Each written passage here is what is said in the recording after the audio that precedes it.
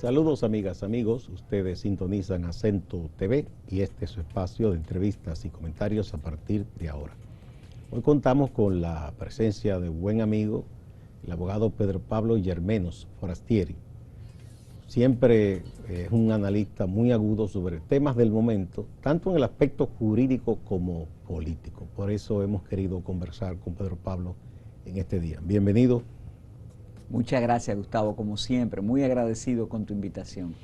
Bueno, vamos a ver uno de los hechos recientes en la política y en los asuntos institucionales y legales ha sido la decisión que tomó la Junta Central Electoral, primero para decir el orden en la boleta electoral. Ahí no hubo mayores inconvenientes. Y luego, en base a las últimas elecciones, y cuando hablamos de últimas, son las municipales, senatoriales, la de diputados y la de presidente, y en base a eso se decidió cuáles partidos calificaban para ser partidos que llaman mayoritarios en esa ley, que muchos dicen que es absurda, pero es la ley, y cuáles no. Y quedaron dos solamente, PRM y PLD.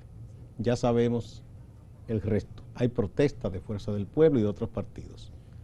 ¿Hizo la Junta las cosas bien como manda la ley?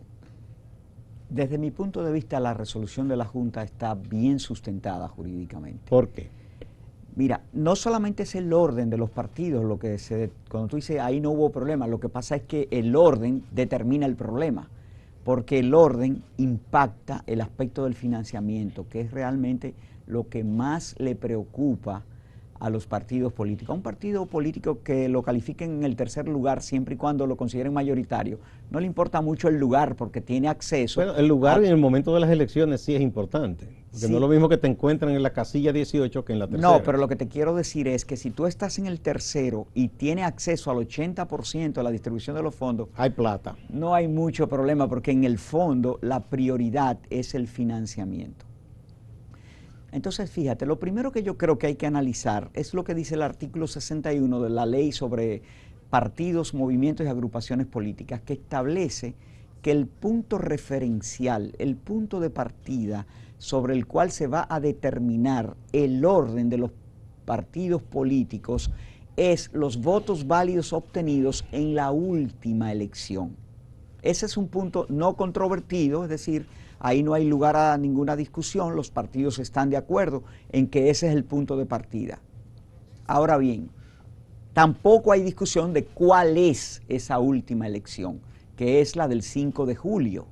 Pero ¿qué resulta? Ese artículo nos conecta a nosotros con un artículo constitucional que establece que esas elecciones, los certámenes electorales en el país, que serán cada 4 años, van a celebrarse de manera separada e independiente. Esas son dos palabras que hay que subrayar, colocar en mayúscula y en negrita, porque son las dos palabras. Lo que dan lugar a la controversia. Lo que dan lugar a la resolución que ha tomado la Junta, y es donde tendrían que ponerse de acuerdo los partidos políticos para comprender el espíritu de la resolución.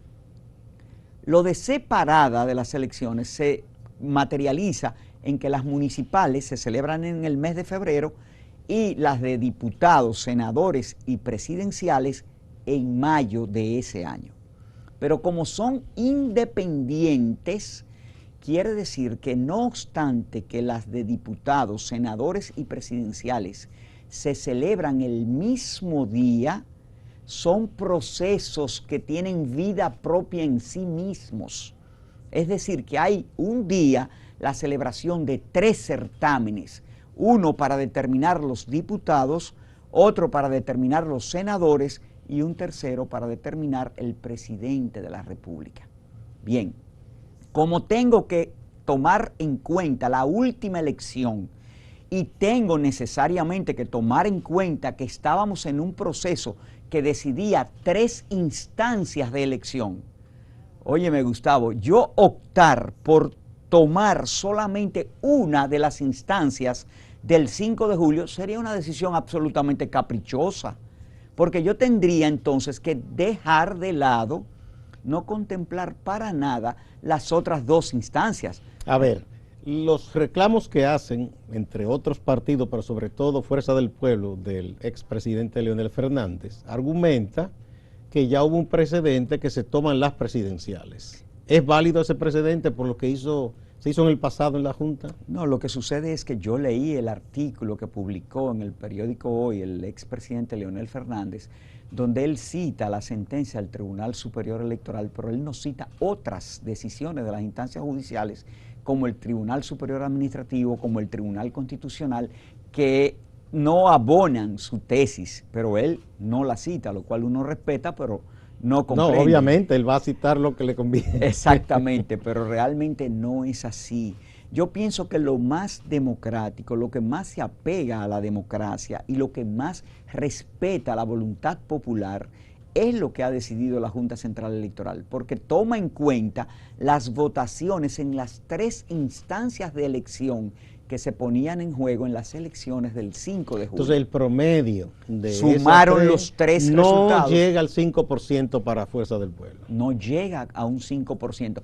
¿Por qué? Porque él saca un 5 y pico corto por ciento en las presidenciales, pero bastante menos en las de diputados y senadores.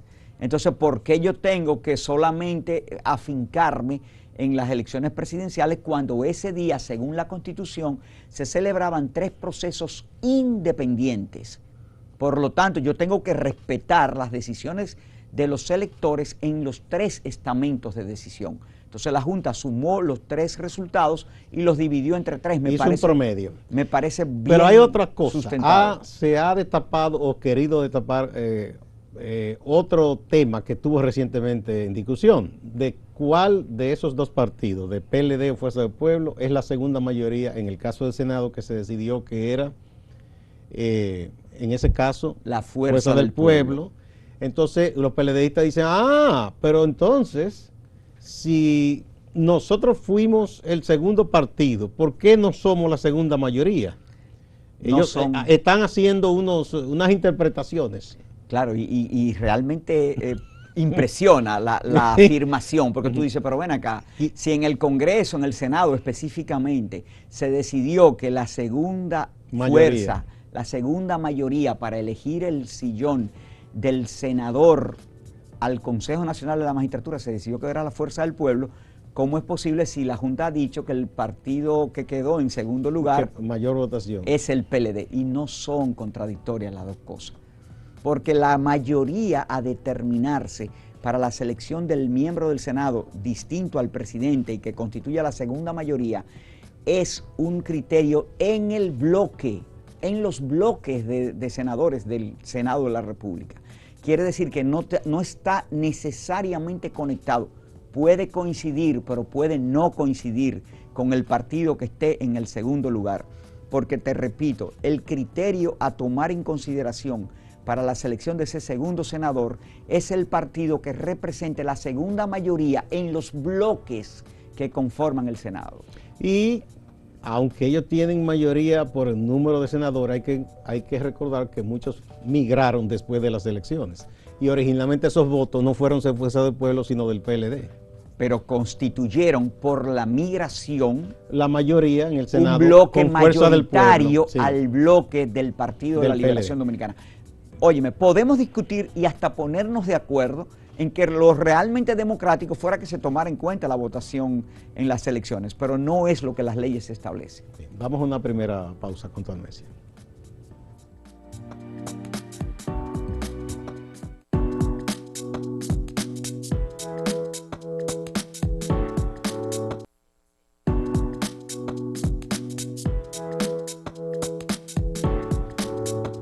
Muchas gracias por continuar a partir de ahora. Estamos conversando con el abogado Pedro Pablo Yermenos Forastieri. Bueno, entonces, ¿tú piensas que esos esfuerzos de Fuerza del Pueblo y otros partidos no tendrán resultados positivos en las instancias? Ellos van primero a la Junta y después dicen que irían al Tribunal Superior Electoral, hasta el Constitucional, si fuera posible. Sí, yo pienso que la Junta no tiene manera de desdecirse. Fueron 4 votos contra un voto disidente. A mí me da la impresión, casi la certeza, de que esa decisión va a ser ratificada en la Junta Central Electoral. de ahí no creo que el Tribunal Superior Electoral tenga competencia para decidir un recurso sobre esa instancia. A mí me parece que el tribunal competente sería el Tribunal Superior Administrativo, que ahí me imagino que es donde iría después la Fuerza del Pueblo y los demás partidos, una vez que la Junta ratifique la decisión. ¿Por qué el Superior Administrativo, Pedro Pablo? Porque es un conflicto que se suscita entre el partido o los partidos que objetan la resolución y un organismo del Estado, como la Junta Central Electoral. En consecuencia, me parece que es un asunto de la competencia del Tribunal Superior Administrativo y ya hay precedentes en ese sentido. Bien. Que yo Pero de todas maneras, uno conociendo a nuestros políticos, lo más probable es que si van al Tribunal Superior Administrativo y no obtienen ganancia de causa, seguro van a apoderar al electoral y después al constitucional y... Yo pienso que el error más probable que cometan es apoderar primero al superior electoral, donde lo que yo vislumbro es una declaratoria de incompetencia del Tribunal Superior Electoral y una declinatoria. Tú sabes, cuando el tribunal, cualquiera que sea, se considera que no tiene competencia, tiene el deber de señalar cuál es la jurisdicción que considera competente. Entonces lo que yo vislumbro es una declaratoria de incompetencia y una declinatoria al Tribunal Superior Administrativo por parte del Tribunal Superior Electoral. ¿Qué es lo que juzga el Superior Administrativo en buen derecho? ¿Qué es lo que establece? Los conflictos entre las personas físicas o jurídicas con una instancia del Estado. Bien. Esa es la competencia. Dependiendo de lo que ahí se decida, podría ir a una u otra instancia. Dependiendo de la naturaleza del conflicto. Si es un conflicto entre partidos políticos o es un conflicto a lo interno de los partidos políticos, entonces la competencia es del Tribunal Superior Electoral. En este caso hay un órgano administrativo del Estado, como la Junta Central Electoral, con un partido político. Si se entiende que hay un asunto de interpretación constitucional, iría al constitucional. Entonces, después que falle el Tribunal Superior Administrativo, la instancia que corresponde es el Tribunal Constitucional. Mira, uno de los argumentos que han estado usando los amigos de Fuerza del Pueblo es que el propio presidente de la Junta, Román Jápez, hizo unos comentarios diciendo que él entendía como que no estaba bien la forma en que se distribuían esos recursos y que esa ley debía ser cambiada. Y le dijo, pero ustedes son los llamados a eso, los políticos, los que tienen representación en el Congreso. Lo que sucede... Ellos se pegan de ahí para decir, hasta él admite que las cosas no estuvieron bien. No, pero una cosa es lo que tú aspiras a que sea. Exacto. Y otra cosa es lo que las leyes y la Constitución dominicana determinan.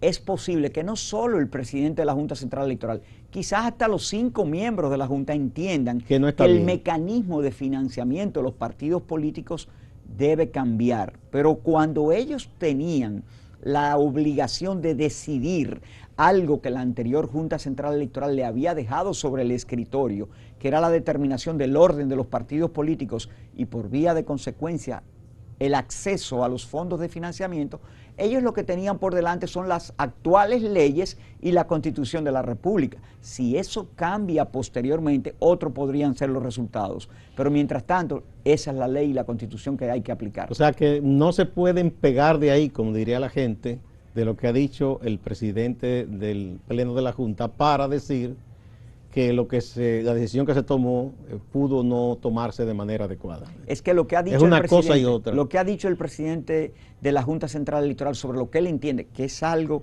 valga decirlo y reiterarlo, es algo que lo viene diciendo desde que se entrevistó en la comisión del Senado para aspirar a ser... que él ha sido coherente con lo que él piensa. Él ha sido coherente con eso, él entiende que eso hay que cambiarlo y que hay que asignar un 70, un 80% en igualdad de... un 30 o un 40% en igualdad de condiciones y el resto distribuirlo en función de la votación.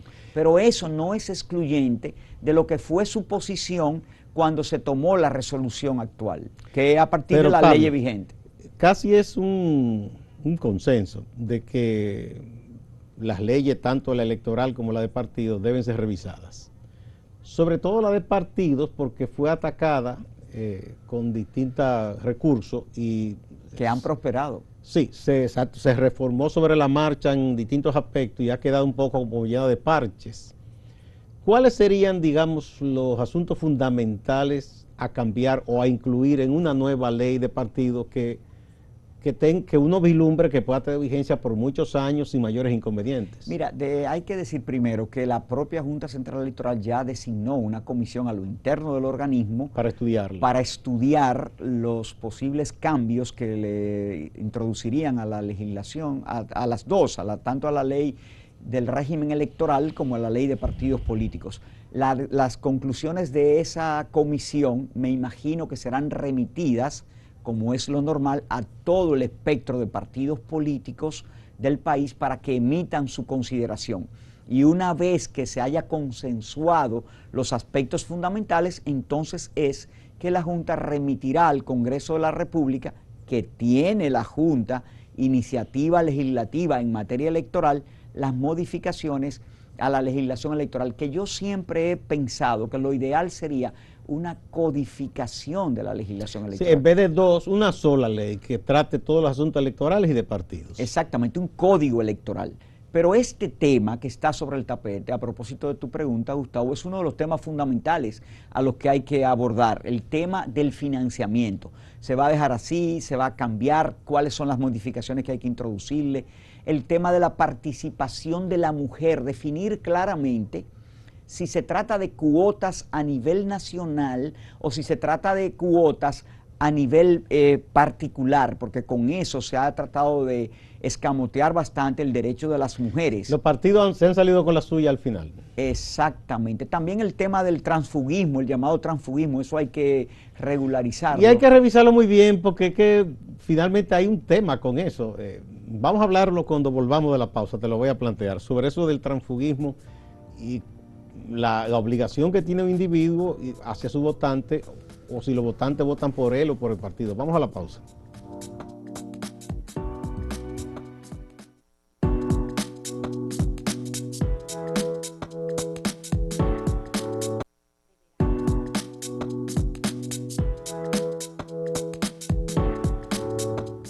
Pedro Pablo Yermenos Forastieri es nuestro invitado de este día. Lo del transfugismo se ha debatido. Perdóname, Gustavo, que te interrumpa. Sí, Antes del transfugismo, bien, que se me quedó una parte en el segmento anterior en relación a las posibles modificaciones. Bien, bien. Otro aspecto es que está sumamente confuso en la ley, es los escenarios de pérdida de la personalidad jurídica de los partidos políticos. Los partidos. Eso hay también que intervenirlo. Sí, también. Interesante porque yo creo que ahí también se es injusto con las organizaciones que están tratando de ganarse un espacio. Se les ponen unas condiciones a veces muy difíciles. Bueno, pero también por otro lado se podría decir que también se le ha dado demasiado tiempo a organizaciones que están en esas circunstancias y no terminan temporalmente sí, a veces 20 años, como dice un amigo mío, no son emergentes, son revejidos. Pero con perdón, porque yo respeto mucho a todo el que intenta de un espacio participar. Lo que te decía respecto al transfugismo, yo mismo lo he meditado mucho el tema, porque dicen, bueno, a alguien lo eligen en la boleta de un partido, ¿de quién finalmente es ese voto? La voluntad de la gente. Si yo decido votar por alguien o por un partido, ¿es por el partido o porque esa persona ha hecho unos planteamientos o me merece confianza y voto por él? Entonces, pase lo que pase, esa persona tiene que estar ahí porque si se va es un tránsfuga. O a veces si lo eligen candidato y luego le quitan la candidatura y él decide irse, ya es tránsfuga. ¿Qué tanto es justo esto? Sobre los derechos de la persona en tanto que ciudadano y dirigente político, y además en que se tome en cuenta ahí al votante, hacia quién fue su lealtad. Mira, yo incluso he escrito sobre el tema y mi posición es que la figura jurídica a partir de la cual hay que analizar la circunstancia que tú describes es la figura del mandato.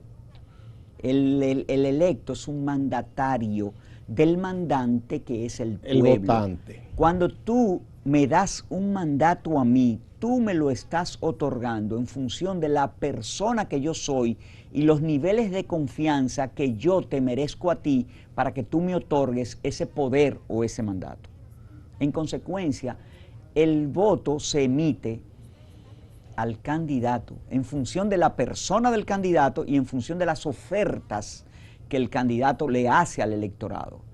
Por lo tanto, cuando el mandatario, que es el electo, decide sencilla y llanamente no continuar con ese mandato, por ejemplo, en la renuncia, ¿cuál sería lo lógico? Lo lógico sería, bueno, que volvamos al mandante, que es el elector, para que decida quién quiere que sustituya al que ha abandonado el mandato. Pero eso es muy difícil. Eso es muy difícil de hacer porque habría que convocar otras elecciones. Elecciones parciales. Pero ese, Gustavo, ese es el escenario único en el que la ley se refiere a que el cargo vuelve al partido y le ordena someter una terna al Congreso, a la Cámara de donde abandonó el electo, para que de esa terna la Cámara elija otro. Pero fuera de ahí, todo apunta a que el cargo es personal y es del diputado o del senador, por ejemplo, que ha sido electo. Esos legisladores que fueron electos en la boleta del PLD, pero ya se sabía, era un secreto a voces, que tan pronto se juramentaran, se iban a fuerza del pueblo. ¿Se puede hablar de transfugismo en esos casos? Para mí, real y efectivamente es un derecho de la persona que hizo eso, que yo no lo critico ni lo califico. Además, los votantes votaron conscientes de que ellos iban a dar ese paso. Claro, porque eso era un secreto a voces.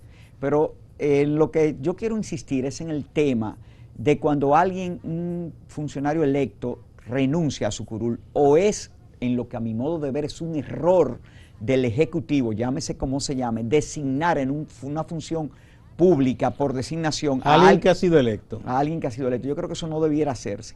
Pero si se comete el error de hacerlo, yo pienso que lo que más se acerca a lo democrático, dada la imposibilidad que te decía ahorita de volver a llamar al mandante para hacer otra elección, lo que más se acerca al espíritu de la democracia es que el candidato de ese partido que quedara en segundo lugar sea el que ocupe la posición. ¿Y eso no es lo que dice la ley?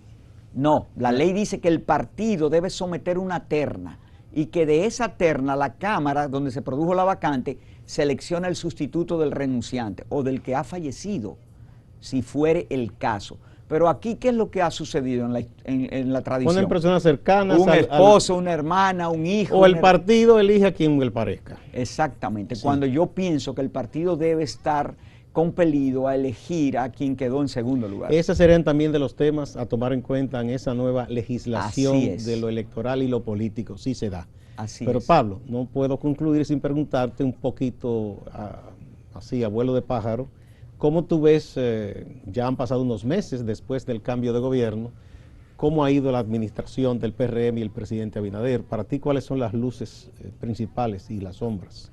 Bueno, yo pienso que real y efectivamente lo primero que hay que considerar al momento de hacer una evaluación a estos meses escasos que tiene la administración del Partido Revolucionario Moderno y del presidente Abinader es considerar, repito, la circunstancia terrible en el que se han desenvuelto estos meses. Es realmente un acto de iniquidad evaluar la situación sin considerar la crisis en diferentes escenarios que tiene el país y el mundo. Una crisis sanitaria que repercute terriblemente en lo económico y en lo social también. Entonces eso hay que considerarlo.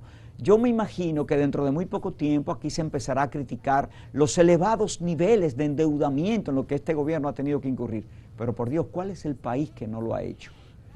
¿Qué hubiese sucedido si esas deudas no se contraen? No, además que está obligado porque ya recibió un endeudamiento que requiere buscar dinero para pagar los servicios de esa deuda. O sea, no puede cruzarse de brazos. Exactamente. O sea, que más en las necesidades nuevas. Lo peor no ha sido que haya tenido que tomar prestado. Lo peor ha sido cómo encontró el nivel de endeudamiento. Déficit altísimo. Exactamente, que le da y le ha dado poco nivel de rejuego para incrementar esa deuda externa. Yo creo que lo que la República Dominicana y la ciudadanía debe preocuparse más es por supervisar la utilización de esos recursos obtenidos a través de financiamiento. ¿Cuál es el uso que se le ha dado? ¿Cuán transparentes se han manejado? ¿Dónde están los resultados? Precisamente ahí el gobierno ha tratado de hacer esfuerzos que yo creo que son serios a partir de las personas que han encargado y que han hecho en un área, por ejemplo, como ética e integridad y compras y contrataciones, por ejemplo, claro, que se han reforzado los mecanismos. Lo último que anunció el doctor Carlos Pimentel, con un reforzamiento de los mecanismos de veeduría desde el Estado y de supervisión del uso de los fondos, de la asignación de una licitación, una orden de compra y todo eso. Ahora de manera digital se podrá constatar cuáles son los procesos que no van bien, los procesos que llaman la atención e inmediatamente actuar en consecuencia. Yo pienso que la gran luz del gobierno actual ha sido precisamente los esfuerzos por mejorar la institucionalidad, por manejar la transparencia y por manejar el control en el gasto público. Yo pienso que esos son logros innegables. La ratificación en los hechos de su promesa electoral de designar un ministerio público independiente, que se nota a leguas que está actuando a partir de lo que consideran los criterios apropiados por la Constitución y las leyes. Eso se nota, que no hay una injerencia del Poder Ejecutivo, que el Ministerio Público está actuando libremente. Obviamente, un partido relativamente joven, con un presidente que no había tenido experiencia de Estado, yo pienso que hay circunstancias y acontecimientos que se explican por eso, que son cosas realmente menores que pueden ir siendo subsanadas con el paso del tiempo. Muchísimas gracias, Pedro Pablo. Pedro Pablo Yermenos, abogado y un activista social también que asume posiciones. A ustedes también gracias, amigas y amigos. No se vayan que más en Acento Portal y Acento TV.